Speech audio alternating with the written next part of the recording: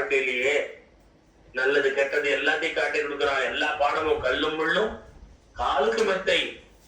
அப்படி இருக்கணும்ன்றதுதான் பக்குவத்தை சொல்லி கொடுக்குறான் சுவாமி. உனக்கு ஞானத்தை கொடுக்கறதுக்காகவும் இந்த உலக வாழ்க்கையில சக்சஸ் பெருசா பட்டினத்தார் பிசினஸ் பண்றார் கோடீஸ்வரன் ஆயிட்டார். அவர் மாதிரி ஊர்ல யாருமே கோடீஸ்வரன் இல்ல, அவ்வளவு பெரிய கோடீஸ்வரன் ஆயிட்டார். ஆனாலும் ஸ்டில் அந்த பிசினஸ் பண்ணிட்டே இருக்கார். தன் பிள்ளையும் இதே மாதிரி பிசினஸ் மேக்னெட்னு வார்த்தை சொல்வாரு, அந்த மாதிரி உருவாகணும்னு பாக்குறாரு. அவனும் கடல் கடந்து வாணிபம் சின்ன வயசுலேயே பண்ணணும். ஃப்ரம் த பிளட்லயே அவனுக்கு கலந்துக்கணும். இந்த மாதிரி பிசினஸ் அந்த டாக்டிக்ஸ் எல்லாம் தெரிஞ்சிருக்கணும். அப்படி எதிர்பார்க்கிற பட்டணத்தை அவனும் கடல் கடந்து வாணிபம் பண்ண போவான். இவன் மாதிரியே வாணிபம் பண்ற பெரிய ஆளோட பசங்க எல்லாம் இருக்கா. அவன் நம்ம ஒன்னா சேர்ந்து போறான். ஏதோ வெளியூர்ல கடல் கடந்து போய் பண்ணிட்டு வரான். பட்டத்தாரோட பையனும் பண்ணிட்டு வரான். பார்த்தா இவன் வரட்டி எடுத்துன்னு வந்திருக்கான் வெளிநாட்டுல இருந்து. வெளிநாட்டுக்கு போயிட்டு யாராவது வரட்டி எடுத்துன்னு வந்தா இந்த சாணியை வச்சு பண்றது வரட்டின்னா சில பேருக்கு யாருக்கும் தெரியாது. சாணியை தட்டி பண்றதுதான் வரட்டி. அத போய் வெளிநாட்டுல போய் யாராவது வாங்கிட்டு வருவாடா. ஃபாரின்ல போய் என்ன வாங்கிட்டு வந்தீங்கன்னா கோல்டு பிஸ்கெட் வாங்கிட்டு வந்தேன்னு சொன்னா நல்லா இருக்கும். இந்த வீட்டா மாதிரி பிஸ்கெட் வாங்கிட்டு வந்தேன் அப்படின்னா பக்கத்துல இருக்க பெட்டி கடையிலேயே கிடைக்கீங்கன்னு. அதை போய் எதுக்கு வெளிநாட்டுல போய் பண்ணக்கிட்டு வாங்கிட்டு வந்தேன், அப்ப கோல்டு பிஸ்கெட் வாங்கிட்டு தான் நல்லா இருக்கணும். அந்த மாதிரி வெளிநாட்டுக்கு போய் வியாபாரம் பண்ணி வந்து வரட்டி எடுத்து வந்தான்னா பட்டத்தை சரி போகும். ஏன்னா இவர் இருக்கிறதுலயே டாப் மோஸ்ட் பணக்காரனா இருந்துட்டு இருக்கார்.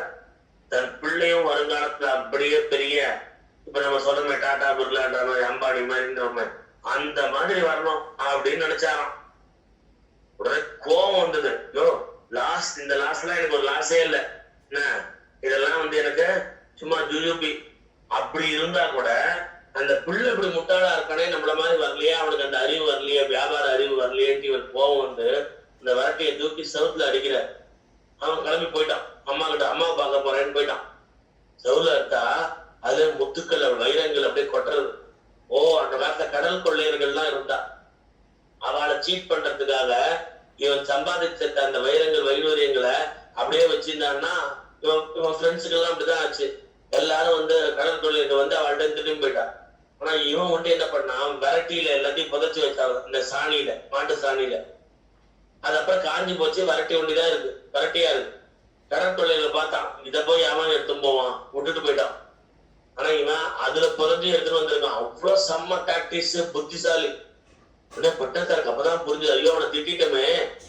பார்த்தா என் பிள்ளை இருக்கிறதுலே பெரிய புத்திசாலி. அவன் எங்க அம்பலவாணன் எங்க தேடிட்டு வரான். அப்பா அவன் வைஃப் சொல்றான், இப்பதான் வந்தான், அப்ப பசங்களோட விளையாட போறேன்னு போயிருக்கான் போல இருக்கு, வெளில போனான். ஆனா என்கிட்ட ஏதோ ஒரு பெட்டியை கொடுத்துட்டு போனா, அப்பா வந்தா குடுன்னு சொல்லி கொடுத்துட்டு போனான் அப்படின்னா. இதுக்கும் மேல ஏற்கனவே நிறைய வைடூரியங்கள்லாம் எடுத்து வந்திருக்கான். இதுக்கும் மேல சர்ப்ரைஸா ஏதோ ஒண்ணு வச்சிருக்கான் அப்படின்ட்டு உடனே அதையும் குடுன்னு வாங்கி பாக்குற. என்ன அவன் பாரு எவ்வளவு சம்பாதிச்சுட்டு வந்திருக்கான், பிரில்லியண்டா இருக்கான். கடற்கொள்ளையர்கள்லாம் மத்தவன்ட்டெல்லாம் திருடி இருக்கா, இவனுக்கு திருடல. அவளுக்கு ஏமாத்துற மாதிரி அழகா வரட்டியில வச்சு தங்க வைடூரி எல்லாம் எடுத்துட்டு வந்திருக்கான். இப்ப அதுக்கும் மேல ஏதோ ஒரு பெட்டியில கொடுத்துட்டு போயிருக்கானா. காட்டு இவர் அவ்வளவு பெரிய பணக்காரர், எவ்வளவோ கோடீஸ்வரர். இன்னும் ஆசை அருமின் ஈசனோட ஆயினும் ஆசை அருமின் பட்டந்தார் சொன்னாரே, இது திருமூலர் சொன்னாரே. அந்த மாதிரி இவருக்கு ஆசை இருக்கு, இன்னும் பெரிய பணக்காரனாவே இருக்கணும்னு. பார்த்தா அந்த பேழை ஒண்ணு கொடுத்துட்டு போயிருக்கான் அம்மாட்ட.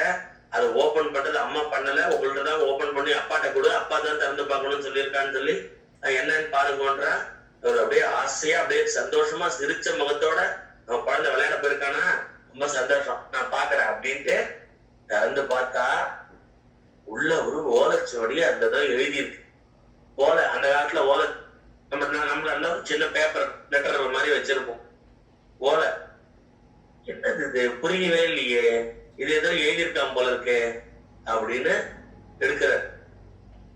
அந்த பையன் நல்லா விளையாடிட்டு போயிட்டு, விளையாட போல நல்லா விளையாடிட்டு போயிட்டு வந்தது ஈஸ்வரன் தான். சில பேர் அது நந்திகேஸ்வர பகவான் கூட இவர் ஞானம் கொடுத்த வந்தாருன்னுவா, பரமேஸ்வரனே பிள்ளையா வந்திருக்காருன்னு சொல்லுவா. அப்படி அதுக்கப்புறம் அந்த பையனை இவர் பார்க்கவே இல்லை. பார்த்தா காதலந்த ஊசியும் வாராது காணும் கடைவெளிக்கு கோடியா நீங்களும் சம்பாதிச்சு பிசினஸ்ல ரொம்ப உயர்ந்த பிளேஸ்ல இருக்கு. இன்னும் நானும் அதே மாதிரி பிசினஸ்ல பெரிய ஆளா வரணும்னு நினைக்கிறேன். அப்ப அப்படியே பணம் அவன் சேர்ற இடத்துல சேர்ந்துட்டே இருக்கணும். அப்படியே கோடி கோடியா ரூம்ல அப்படியே கொட்டி வச்சிருக்கணும். தங்கமும் வைரமும் வைடூரியமும். என்ன தனியா பீரோல வைக்கிறதுக்கு இடம் இல்ல, ரூம்ல அப்படியே போட்டு வச்சிருக்கணும். இந்த உப்பு எல்லாம் வந்து ஒரு மூலையில அப்படியே கோபுரமா அந்த உப்பளங்கள்ல போட்டு வச்சிருப்பாரு. அந்த மாதிரி தங்கமும் வைரமும் போட்டு வச்சிருக்கணும். அப்படி இவருக்கு எண்ணம். கடைசியில பார்த்தா உன்னோட காதர்ந்த ஊசியம் வாராது காணும் கடைவெளிக்கே, கூட ஒண்ணுமே வராதுப்பா, வாராதையா வாராது அப்படின்னு சொல்லி அழறார் பட்டத்தை. வாராது, ஆமா, எது கூட வரும்? டாக்டர் வட்டத்து நம்ம செஞ்ச பாப புண்ணியங்கள் ஒண்டிதானே கணக்கு அங்க யம தர்மராஜாக்கு.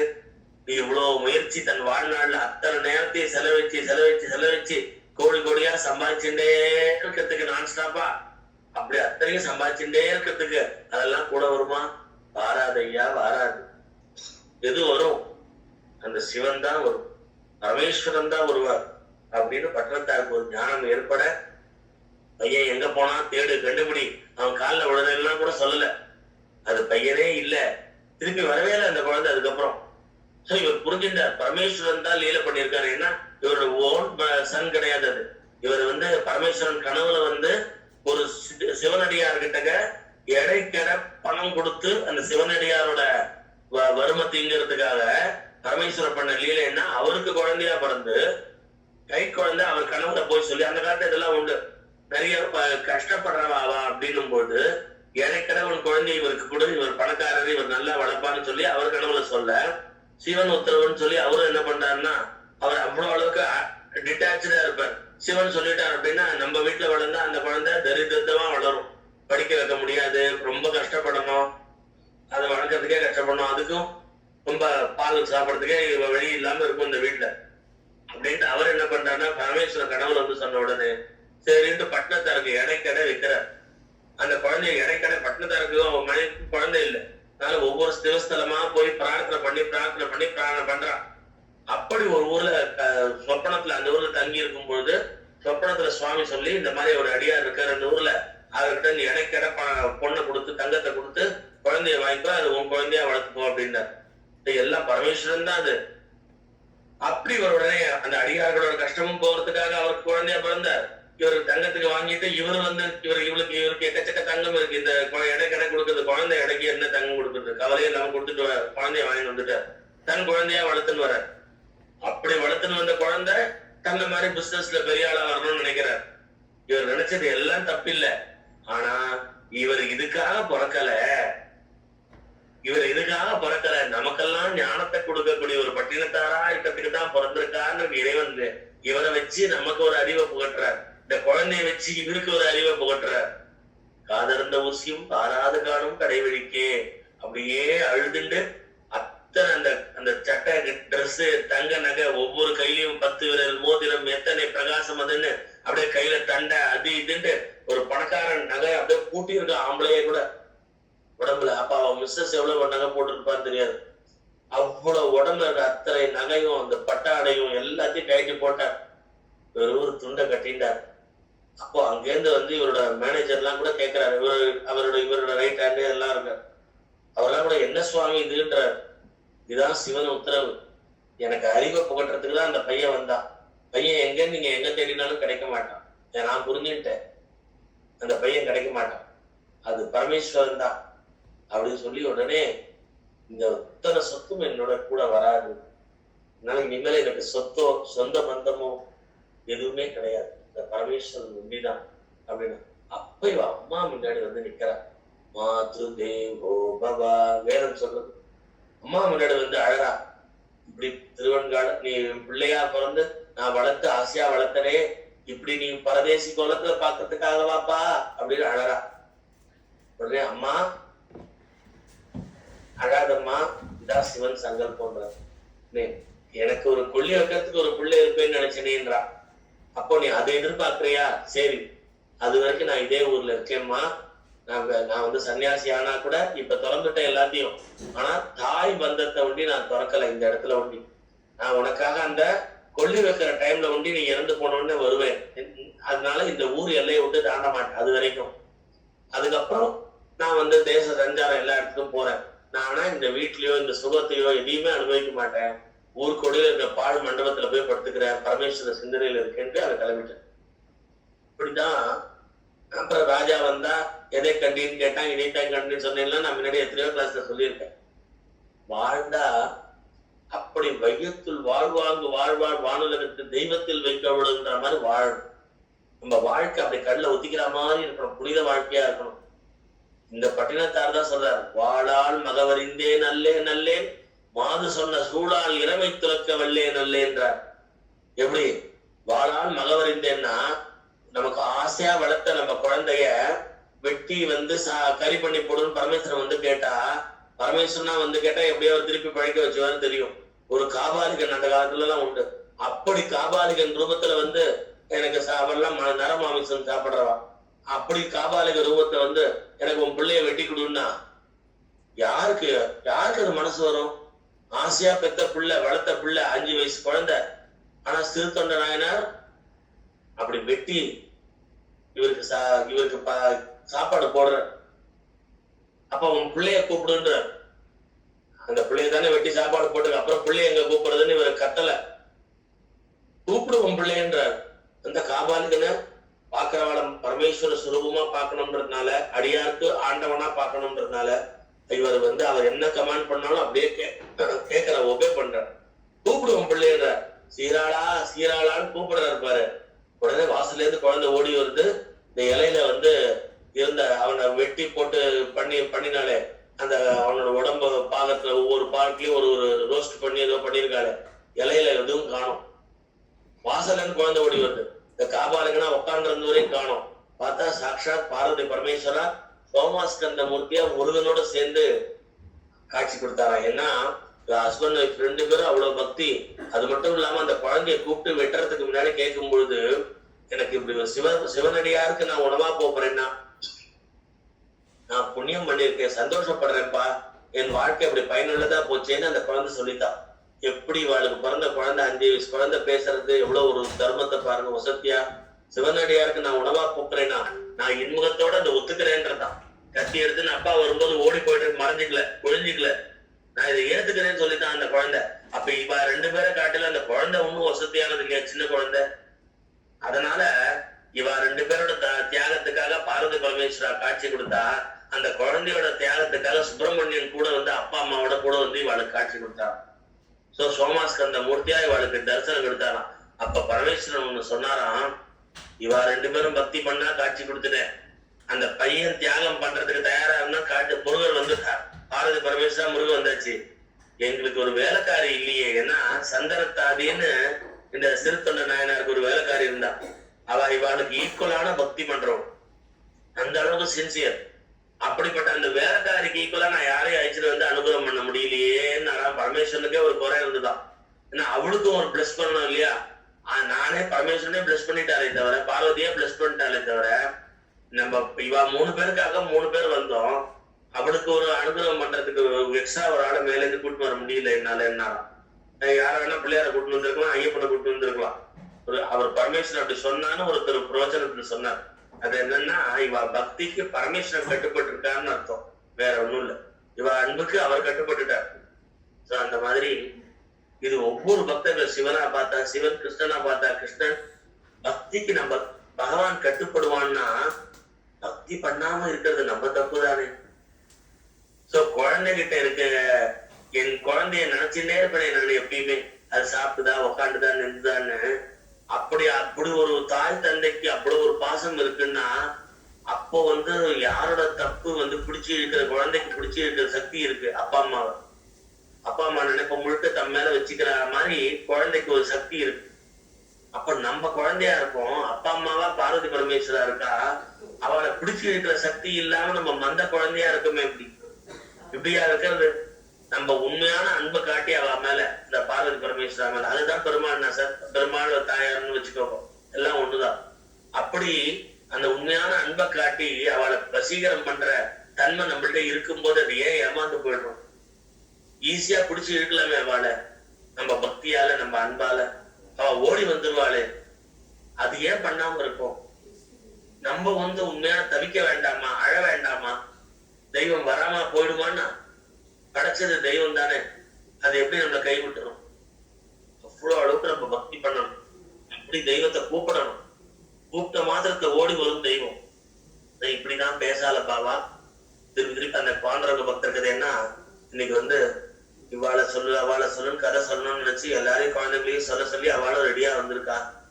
ஆனா இன்னைக்கு ஏகாதசி அப்படின்னும் போது எனக்கு அந்த ஆஷாட ஏகாதசின்னா விட்டல விட்டல எனக்கு அப்படியே இப்ப கூட வந்து மயிர்கூச்சியில் எடுக்கிறது உடம்புல அப்படி சொல்லும் பொழுது எனக்கு அந்த பாண்டரங்க பக்தர்களை நான் வந்து அப்படி நினைக்கும் பொழுதே எனக்கு அப்படியே விட்டலா ஹே பாண்டரங்கா. நான் எத்தனை வாட்டி அந்த பக்தர்கள் கதை வாழ்க்கலாம் சின்ன வயசுல சொல்லும் பொழுது நான் அந்த புக்ல ஒரு ஆளா வரமாட்டேனான்னு நினைச்சிருப்பேன். ஒரு கதையை நான் படிச்சுதானே தெரிஞ்சிட்டு அப்புறம் தானே குழந்தைகளுக்கு சொல்ல முடியும். அப்ப படிக்கும் போதே அழுதுண்டே இந்த பாண்டரங்கா இந்த புக்குல என் பேர் வராதா அப்படின்னா என்ன அர்த்தம்னா புக்ல நானே கீழே அடியிலே பாஸ்கரன் பேர் எழுதி வச்சுக்கிறதுன்னு இல்லை. முன்னாடி புக்கு தொலைஞ்சு போக கூடாதுன்னு ஃப்ரண்ட்ல போடுறோம். நம்மளோட ஸ்கூல் புக் நோட்ல கூட லேபிள் ஒட்டி நம்ம பேரை ஓட்டுறோம். அதனால ஃப்ரண்ட்ல பாஸ்கரன் போட்டு வச்சிருக்கேன். ஆனா நான் என்ன சொல்றேன்னா அந்த மாதிரி ஒரு அடியாரா மாற மாட்டேனா, இந்த ஜென்மா அப்படி புனிதமாக்கிக்க மாட்டேனா, அப்படி ஒரு தவிப்பு மனசுல அந்த ஒரு ஏக்கம் உள்ளுக்குள்ள இருந்துட்டே இருக்கு. நான் அப்படி உண்மையான பக்தி பண்ண மாட்டேனா, இதுவரைக்கும் வயசாயிட்டேன், இதுவரைக்கும் ஒன்னும் பண்ண ஆரம்பிக்கலையே சுவாமி, இப்படி ஏமாந்து போயிருக்கேன், வாழ்நாள்ல ஒவ்வொரு நாளும் ஏமாத்திண்டே நானும் என்னையும் ஏமாத்திண்டே இருக்கனே, கருணை காட்ட மாட்டியா, உன் கருணை பார்வை என் மேல பட்டாதானே நான் உண்மையான பக்தி பண்ணுவேன். அப்படியே நான் டோட்டலா சரணாகதி, உண்மை சிந்தனையே வேற சிந்தனையே வேண்டாமே, வேற சிந்தனை என்னத்துக்கு, உப்புச்சப்பு இல்லாத உலக சிந்தனைகள், உன் சிந்தனையிலேயே இருக்க வேண்டாமா, அப்படி உத்தம பக்தனா இருக்க வேண்டாமா, மாயையில மாட்டிக்கலாமா, கருணை காட்டு சுவாமின்னு கெஞ்சின்னு இருக்கேன். இந்த புக்கை எடுக்கும் போதெல்லாம் அப்படி ஒரு எண்ணம் வருது. மகா பக்த விஜய புக்கை எடுக்கும் போதெல்லாம் இப்படி பேசால பாவா நிறைய சின்ன சின்ன ஸ்டோரி தான். ஆனா அவளோட அற்புதங்கள் வசத்தியான பக்தி வசத்தியான. அப்படி பேசால பாபா தர்மங்கள் பண்ணி பரம தாரித்திரம் வந்துடுத்து, பரம ஏழையா போயிட்டார். ஆனா அவ தம்பதிகளும் அவ பிள்ளை ஒருத்தர் இருந்தார், யாருக்குமே பக்தியில கொஞ்சமும் குறையலையா. பகவான் நம்மள இப்படி ஏழை ஆக்கிட்டானே, நம்ம எவ்வளவு பெரிய லேண்ட் லார்டா இருந்தோம், எவ்வளவு பெரிய நிலங்கள்லாம் நிறைய வச்சிருந்தோமே, இப்படி பரம ஏழையா போயிட்டோமே, இந்த பாண்டரங்களை வர்ஷிப் பண்ணதுனால்தான் வந்தது, தான தர்மங்கள் பண்ணி நமக்கே இல்லாம பண்ணிட்டோமே அப்படின்னு நினைக்கவே இல்லையா. அவள்லாம் சொத்து பகவான் கொடுத்தது, அது இல்லைன்னா அதுவும் பகவான் சங்கல்பம். அப்படி ஒரு உத்தமர்களா இருந்தாலாம். இப்போ அவருக்கு என்னன்னா தவிப்பு, பந்தயபுரத்துல 1000 பேருக்கு வருஷா வருஷம் ஆஷாட ஏகாதசி முடிஞ்சு துவாதசி ஏகாதசிக்கு போயிடுவார் குடும்பத்தோட. அங்க பஜனை எல்லாம் கலந்துப்பார். துவாதசியில வந்து ஒரு சத்திரத்தை எடுத்துட்டு அந்த சத்திரத்துல எல்லாருக்கும் 1000 பேருக்கு சாப்பாடு போட்டு இப்படி பல வருஷமா பண்ணவர் இந்த வருஷத்துல அவருக்கு வந்து விறக வித்துட்டு வந்து இந்த ஆட்டா மாவுன்னு சொல்லுவாரு, அந்த மாவை கையில எடுத்துட்டு போற, சோள மாவு எடுத்துன்னு போற, கார்ன் அதோட மாவு எடுத்துன்னு போற, அங்கெல்லாம் அதுல பண்ணுவா சப்பாத்தி, அதை எடுத்துட்டு போற. இதுதான் அவருக்கு கிடைச்சிருக்கு. அந்த கூட போடுற அந்த இன்கிரீடியன்ஸ் எல்லாம் என்னென்னமோ சப்பாத்தி பண்றதுக்கு போடுறதுலாம் கூட எதுவுமே கிடையாது, வெறும் மாவை தூக்கின்னு போற. போய் அப்படியே பாண்டரங்கன் சன்னிதி முன்னாடி பாண்டரங்கா நீ என்ன இப்படி வச்சுட்டிய பரம ஏரியான்னு அழல. இந்த வருஷம் யாருக்கும் என்னால உணவு போட முடியாம இப்படி வெறும் மாவை தூக்கின்னு வந்திருக்கேனே சுவாமி, இதுக்கு நான் என்ன பண்ணுவேன், யாருக்கு உணவு கொடுப்பேன், யார் வந்து வாங்கிப்பா, அங்கங்க பல தனவந்தர்கள் வந்து சாப்பாடு போட்டு இருக்கா. சோ யோசனை பண்ணி பாருங்க, நம்மளே வந்து ஒரு கல்யாணத்துக்கு போறோம், இந்த பக்கம் வந்து அறுசுவை உணவு, அரசோட அறுசுவை உணவு, நல்ல ஐஸ்கிரீம் கூட சாப்பிட்டு முடிச்ச அப்புறம் கொடுப்பா, அப்புறம் குலாப் ஜாமுன் அது இதுன்னு எல்லாம் நல்லா இருக்குப்பா, நிறைய ஐட்டம்ஸ் எல்லாம் போட்டு இங்க இந்த பக்கம் சாப்பாடு, அந்த பக்கம் பரம தரித்திரமா ஒருத்தர் வந்து இந்த கேப்பங்கிழங்கு கொடுக்குறா, அந்த சின்னோண்டு அந்த கேழ்வரகு இது கொடுக்குறா, என்ன சொல்ற கஞ்சி, கேழ்வரகு கஞ்சி ஒரு டம்ளர் கொடுக்குறா, அது ஒரு சாப்பிட்டா வயிறு போயிடும். அதுக்கு அங்க போறதெல்லாம் இங்க இலை போட்டு நல்ல பாயசம் அப்பளம் வடம் எல்லாம் போட்டு சமையல்னா எங்க போவோம் ஜென்ரலா? ஓ நல்ல பசியா, கேழ்வரகு இதை குடிச்சு நான் என்னத்த பண்ண போறேன், அங்க போய் இலை போட்டு சும்மா ஜாம் ஜாம் கல்யாண சாப்பாடு, அதை விடுவோனா, அதை சாப்பிடுவோனா, இதை பண்ணுவோனா. அந்த மாதிரி யாராவது வருவாளான்னு ஆட்டமா வச்சுட்டு விட்டல விட்டல பாண்டுரங்கா. கண்ணுல ஜலத்தோட தம்பதிகள் 2 பேரும் நின்றுட்டு இருக்கா, அவ பையனும் நின்றுட்டு இருக்கா. விட்டல விட்டல பாண்டுரங்கா ஜெய ஜெய விட்டல பாண்டுரங்கா விட்டல விட்டல பாண்டுரங்கா இப்படி சொல்லிட்டு இருக்கா. பேசாத பாவா அப்படின்னு யாரோ கூப்பிட்டா மாதிரி இருந்து, அவ வெளியில இருந்து கூப்பிட்டாளா உள்ளே இருந்து கூப்பிட்டாளான்னு தெரியல. கூப்பிட்டவர் வெளியில இருந்து கூப்பிட்டாரா உள்ளே இருந்து கூப்பிட்டாரா? ஏன்னா இப்ப நம்ம பேக்கெட்ல செல்போன் வச்சிருந்தோம்னு வச்சுக்கோங்க, பேண்ட் பாக்கெட்லயோ ஷர்ட் பாக்கெட்லயோ வச்சிருக்கோம். ரிங் அடிக்கும் போது பிபி தேடுவோம், அக்கம் பக்கத்துல எங்கேயா கையில கீழே வச்சிருக்கோம். அப்புறம் பார்த்தா நம்ம பேக்கெட் குள்ளேயே வச்சிருக்கோம், ரிங் இங்கே தான் வருது. இந்த மாதிரி சுவாமி உள்ள இருக்கார் அப்படின்னும் பொழுது அந்த பேசாத பாபாவுக்கு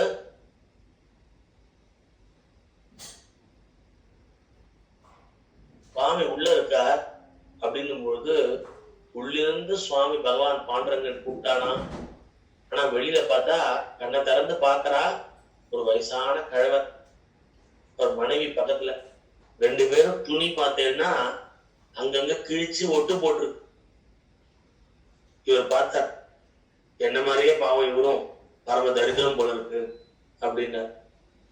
ஆனா ரொம்ப நாள் பழக்கம் மாதிரி கூப்பிடுறாரு அப்படின்னா, ரொம்ப வயசானவரா இருக்காரு அப்படின்னும் பொழுது, பேசால பாபா சாப்பிட என்ன கொண்டு வந்திருக்கேன் அப்படின்னா, சுவாமி உங்களுக்கு வெறும் சோள மாவு தான் வச்சிருக்கேன், வயசான காலத்துல தொண்டையில ஏதாவது மாட்டிக்கும், அதோ அந்த இடத்துல எல்லாம் அறுசுவ உணவு போட்டு இருக்காளே அங்க பொங்கலை அப்படின்றது. ஏன்னா யாராவது வருவாளான்னு பாண்டவங்கிட்ட கேட்டு இருக்காரு. ஆனா வயசானவருக்கு நம்ம கொடுத்த இந்த மாவை ஒரு பிடி வாயில போட்டுட்டு அவரை தொண்டையில எங்கேயாவது அடைச்சு இந்த பிராணம் போடுத்துன்னா அந்த பாவம் வேற நமக்கு வருமே அப்படின்னும் போது, சுவாமி உங்க வயசான ஆளுக்கு இது சரிப்பட்டு வராது அப்படின்னா. பாவா எத்தனை வாட்டி நீ பண்ணிருப்ப சமாராதனை, சாப்பாடு போட்டிருப்பேன். வருஷம் நானும் அந்த 1000 பேர்ல ஒரு ஆளா சாப்பிட்டேன்பா, சாப்பிட்டுருக்கேன்பா. உனக்கு என்ன பொண்ணு எனக்கு நல்லா தெரியும், உனக்கு தெரியாது, வந்த அத்தனை பேருக்கு உனக்கு தெரியாது, ஆனா எனக்கு ஒண்ணு நல்லா தெரியும்பா, நானும் என் மனைவி சாப்பிட்டுருக்கோம்பான்னு. இவருக்கு அவ்வளோ மனசு குளிர்ந்தது. அப்படியா, சந்தோஷம். ஆனா சுவாமி இந்த வருஷம் ஒன்றும் பண்ண முடியல, தரித்திரம் வந்துருச்சு அப்படின்னா. நீ ஏன் கவலைப்படுற, கையில என்ன வச்சிருக்க குடு. இதோ கொஞ்சம் போறோம் இந்த மாவு வச்சிருக்கேன். அப்படியா, இருக்காள இவ சமையல்ல பெரிய புலி, சூற புலி. எதை கொடுத்தாலும் அவ்வளவு அழகா ரொம்ப டேஸ்டா பண்ணி கொடுத்துருவோம். இதை இவள்கிட்ட கொடு, நீங்க விட்டல பாண்டுறங்காங்க அந்த பஜனை பண்றீங்க, மனசு செலுத்துங்க, குடும்பமா அதை பண்ணுங்க, மீதி என் மனைவி கொஞ்ச நேரத்திலேயே ரெடி பண்ணி கொடுத்துருவோம், இதை சப்பாத்தி ஆக்கி கொடுத்துருவோம் அப்படின்ட்டு தாயார பாக்குறாரு சுவாமி. வந்திருக்கிறது சுவாமின்றது நமக்கு தெரியறது, அந்த பேசான பாவாக்கு அப்ப புரியல. வயசான கிழவ ரூபத்திலையும் கிழவன் கிழவியா வந்திருக்கா, தாயார்கிட்ட கொடுக்குறாராம் அப்படின்றாராம் பெருமாள். உடனே அவ போறா, எங்க அடுப்பு போட்டா மாதிரி பண்ணி ஏதோ சப்பாத்தி ஒரு 30 சப்பாத்திக்கு மேல பண்ணிட்டா இத்தினோண்டு மாவுல. நம்மளால பண்ண முடியுமா சொல்லுங்க? உடனே பேசாத பாவா கூப்பிடுற, அந்த குடும்பத்தையே கூப்பிடுற, அவ அழுதுண்டே விட்டல பாண்டாங்கன்னு சொல்லிட்டு இருக்கான். இந்த சுவாமியோட கட்டளையாச்சு, இது சுவாமின்னு தெரியாதே தவிர வயசான பெரியவர் சொல்றார் அப்படின்னு கேட்டு பஜனை பண்ணிட்டு இருக்கா. வா துவாதசி வந்தாச்சு சாப்பிடலாம் வா அப்படின்றா. அது இல்ல அது உங்களுக்கே போராது, நாங்க திருவிழு தானே மாவு கொடுத்தேன், நீங்க சாப்பிடுங்க, எனக்கு இன்னைக்கும் ஏகாதசி தான், நான் ஹரிநாமத்தை சொல்லிட்டு இருக்கேன், எனக்கு அது போறோம் அப்படின்னா. இல்ல இவளோட கைவண்ணம் பாரு, அருமையா பண்ணிருக்கா, எவ்வளவு சப்பாத்தி பாரு அப்படின்னா. பார்த்தா அப்படியே அடிக்கிருக்கு. என்னம்மா நாங்க கொடுத்த மாவா இல்ல மாவு வேற எங்கேயாவது வாங்கி ஆட் பண்ணல? இல்ல அதுதான் இவ்வளவு வந்தது அப்படின்னாலும் அந்த அம்மா. இவ 2 பேரும் பொய் சொல்றவா மாதிரி தெரியல, ஆனா எப்படி இவ்வளவு வந்தது, மாவு எங்கேயாவது வளருமான்னு எக்கச்சக்கமா தெரியல, ஒண்ணுமே புரியலையே பாண்டுறங்க அப்படின்றார். இவருடனே பதில் ஆன்சர் அந்த கழவர் பண்றார். உனக்கு என்ன புரியணும், உட்கார சாப்பிடலாம். சரி அதித்தி நீங்க சாப்பிடணும் அப்படின்னா. இது நாங்க 2 பேரும் சாப்பிட்ட மிச்சம்தான், நீ பாண்டரங்கான்னு பஜனை பண்ணிருந்தியா, பாதி பஜனையில உங்களை கூப்பிட வேணான்ட்டு நாங்க 2 பேரும் நல்லா ரொம்ப சாப்பிட்டுட்டோம்பா. வயசானவா எவ்வளவு சாப்பிடுவோம், என்ன பசி பொறுக்க முடியல, முதல்ல சாப்பிட்டுட்டோம், இப்ப மீதி உங்களுக்கு அப்படின்னு. பாண்டுரங்கா அப்போ சாப்பிட்ட மிச்சமே இவ்வளவு இருக்கா அப்படின்றா. அப்ப ஒன்னும் நல்ல ஏழைகளுக்கு யாருக்காவது கொடுக்கலாமேன்னார். உன் மனசு எனக்கு ரொம்ப புரியுது. நீ நேத்து மட்டும் ஏகாதசி விரதம் இல்ல, நீங்க 3 பேரும் ரொம்ப நாளா சாப்பிடல. எப்படி தெரியும் உங்களுக்கு? இல்ல, உங்க பார்த்தாலே தெரியுது. பாண்டவங்களுக்கு எது தெரியாது. அதனால முதல்ல வாங்கும் சாப்பிடுது அப்படின்னு எடுத்து கொடுக்கிறார். வேசாலா பாபா வாயை வச்ச, ஏன்னா தாயார் கைப்பட்ட அந்த பக்குவமான அந்த சப்பாத்தியானது இல்ல, இது சாதா சப்பாத்தி இல்ல, தேவலோகத்துல அமிர்தத்தை இந்திரன் கொண்டு வந்து கொடுத்தானோ அப்படி இருக்கே அப்படின்னா. அதுதான் முன்னாடியே சொன்னனே, என் மனைவி கை பக்குவம்னா அவ்வளவு அருமையா இருக்கும் அப்படின்னு அவர் பெருமை வேற. பாண்டவங்க ஐயவருக்கோ அழற, இவ்வளோ கை பக்குவமா, அம்மா நீ தெய்வம்மா அப்படின்ற. இவருக்கு உண்மை தெரியாது, சாதாரணமா சொல்ற. அப்போ அந்த அருமையா கொடுத்ததை 3 பேரும் சாப்பிட்டா, டேய் இவாளுக்கு இத்தனை நாள் பசியும் வயிறு ஃபுல்லா இருந்துச்சு. அப்படியே மனசு முழுக்க விட்டல விட்டல பாண்டுரங்கா ஜெய் ஜெய் விட்டல பாண்டுரங்கான்னு தன்னை மறந்து அழுத பஜனை பண்ற. அப்படி பண்ணிட்டே இருக்க பாண்டுரங்கனும் வந்த வேலை ஆச்சுன்னு ருக்மணியும் அப்படியே மறந்துட்டா. அப்புறம்தான் பேசார பாபாவுக்கு தெரிஞ்சது, இது வந்திருந்தது ஏதோ வயசான தம்பதிகள் இல்ல, அந்த பாண்டவனும் ருக்மணியும் தெரிஞ்சின்றார். ஏ பிரபோ பக்தவசலா கருணாசாகரா தீனபந்தோ, என் பொருட்டு வந்தியா, நீ என் பொருட்டு வந்தியா, இப்படி ஒரு கருணை அப்படின்னு நேர பேசாத பாபா அப்படியே சன்னதிக்கு போறார். அப்பெல்லாம் ஆலிங்கனம் பண்ணிக்கலாம். அப்படியே சன்னதிக்கு போறார். அப்ப அப்படியே பாண்டவங்களே பிரத்யட்சமா அவருக்கு அனுகிரகம் பண்ணி தொடர்ந்து ஒரு வறுமை நீங்கி திருப்பியும் பழையபடி நீ நல்லபடியாக உன் தொண்டு பண்ணிட்டே இரு, என்னையே உன் குடும்பத்தோட அப்படியே என்னையே சேருவேன். இந்த ஜென்மாதான் உன் குடும்பத்துல கடைசி ஜென்மா, என்கிட்டயே சேருவேன். என்னோட பக்தியை விட்டல பக்தியை பரப்பி இதே மாதிரி பண்ணிட்டு இருந்தார். தொடர்ந்து பேசான வாழ்ந்ததுக்கு அப்புறம் பார்த்தா திருப்பி மழை பொழிஞ்சுது, வயல் வழியெல்லாம் நல்ல விளைச்சல் இருந்தது. திருப்பி அவருக்கு எல்லா நல்லதும் கிடைச்சது. தன்னோட தொண்டை தொடர்ந்து பண்றார். ஏகாதசி விரதம் இருக்கார். ஹரிபக்தியை எல்லாருக்கும் பரப்புறார். பாண்டவங்க பக்தியை பரப்புறார். பாட்டு பாடிட்டு இருக்காரு. ஏகாதசி விரதம் முழுக்க பகவான் நாமா கண் வீழ்ச்சி. அப்புறம் துவாதசி அத்தனை பேருக்கும் 1000 பேருக்கு சாப்பாடு. இப்படி தன் வாழ்நாள் முழுக்க ஒரு சேவை பண்ணி தன் வாழ்நாள்ல கடைசியில பாண்டரங்கன்ட்டே போய் அந்த குடும்பமே அப்படியே சேர்ந்ததான். அப்படி ஒரு கருணை பாண்டரங்கன், பக்தவத்சலன். பக்தர்களை ஒரு நாளும் கைவிட மாட்டான். பாண்டரங்கா ஏ தீனபந்தோ, ஒரு புண்டரீகனுக்காக வாசல்ல செங்கல் மேல நின்றுந்தேடா சுவாமி, உன் கருணை அபாரமானதுரா. மாதா பிதா பக்தி பண்ண புண்டரீகனுக்காக வாசல்ல நின்றுந்தேடா சுவாமி, ஏ கருணாசாகரான்னு கூப்பிட்டாலே ஓடி வந்துருவான் பாண்டவன். இப்ப நம்ம தெரிஞ்சுக்க வேண்டியதெல்லாம் என்னன்னா, பக்தி பண்ண தெரிஞ்சு பகவான் பைத்தியக்காரன் நம்ம மேல அப்படின்னும் போது அவனை ஒரு முறை கூப்பிட மாட்டியா?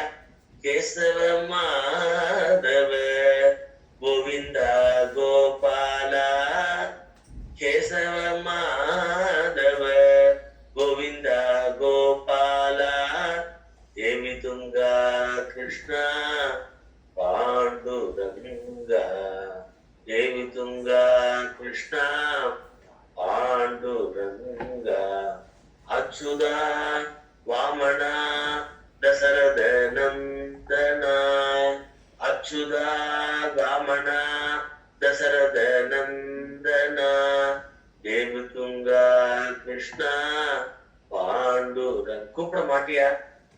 என்கிட்ட பேச மாட்டியா? பகவானேன்னு கேட்க மாட்டியா? அப்படி பகவான் இடத்துல ஒரு வாஞ்சையோட ஆசையா கூப்பிட்டா பகவான் ஓடி வராமையா இருப்பா? ஒரு பாட்டு ஏற்கனவே நான் கிளாஸ்ல ஒண்ணு பாடி இருக்கேன். அந்த பாட்டை நான் அப்படியே கம்ப்ளீட்டா பாடி முடிச்சு அப்படியே முடிச்சுக்கிறேன்.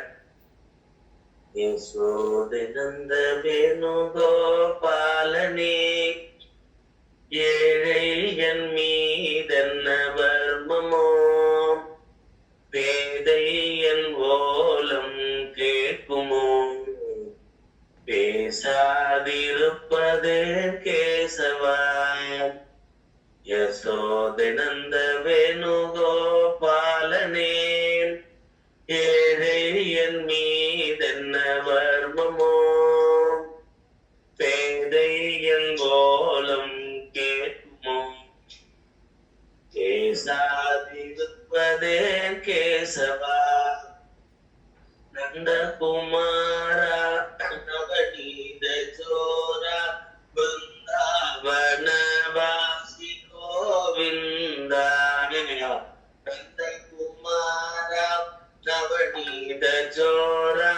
वृंदावनवासी गोविंदा यशोदनंद वेणुगोपालने ஏழை என் மீதென்ன வர்மமோ பேதை என் போலம் கேட்குமோ பேசாதிருப்பதேன் கேசவா என்னை அள்ளி கொண்ட வேணும் காரணனே நீ மண்ணை அள்ளி தின்ற மதுசூதனா என்னை அள்ளி உண்ட வேணுதானனே நீ மண்ணை அள்ளி தின்ற மதுசூதனா பண்ணிசைத்து பாவையர்கள் உள்ளத்தை பண்ணிசைத்து பாவையர்கள் உள்ளத்தை கொள்ளை கொண்ட கோமல வர்ணனே கொள்ளை கொண்ட கோமல வர்ணனே கோமளமா அந்த கேரளம் தன்னில் கோமளமாம் அந்த கேரளம் தன்னில் கோவில் கொண்ட குருவாயூரப்பா கோவில் கொண்ட குருவாயூரப்பா யசோதனந்த வேணுகோபாலனே ஏழை என் மீதென்ன வர்மமோ பேதை என் போலம் கேட்குமோ பேசாதிருப்பதேன் கேசவா கோடித்தவம் நான் செய்தாலுமே உந்தன் கோலம் காண்பேனோ என் வாழ்விலே.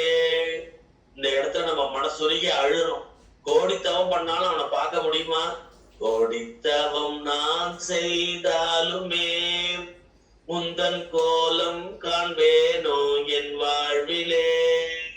தேட கிடைக்காத எந்தன் செல்வமே தேட கிடைக்காத எந்தன் செல்வமே தேவாதி தேவ நாராயணா தேவாதி தேவ நாராயணா நாராயணா ஹரி நாராயணா நாராயணா ஹரி நாராயணா நாராயணா லக்ஷ்மி நாராயணா நாராயணா லக்ஷ்மி நாராயணா நாராயணா ஹரி நாராயணா நாராயணா ஹரி நாராயணா நாராயணா சத்யநாராயணா நாராயணா